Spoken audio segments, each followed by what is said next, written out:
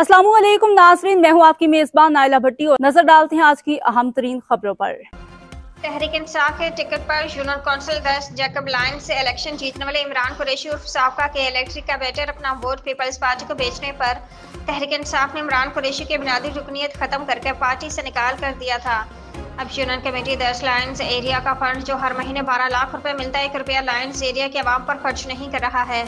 सब पैसा चोरी करके अवाम का जीना हराम किया हुआ है। हम मक्तदर हलकों से गुजारिश करते हैं कि अवाम के टैक्स का पैसा चोरी होने से बचाया जाए।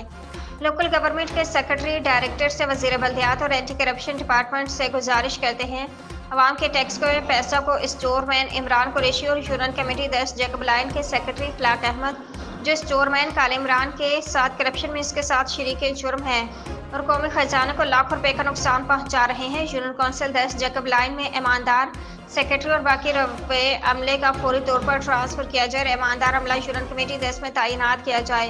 हुकूमत के अहकामात हैं, बर्थ सर्टिफिकेट 1 से 5 साल तक के बच्चों के फ्री बना के हैं।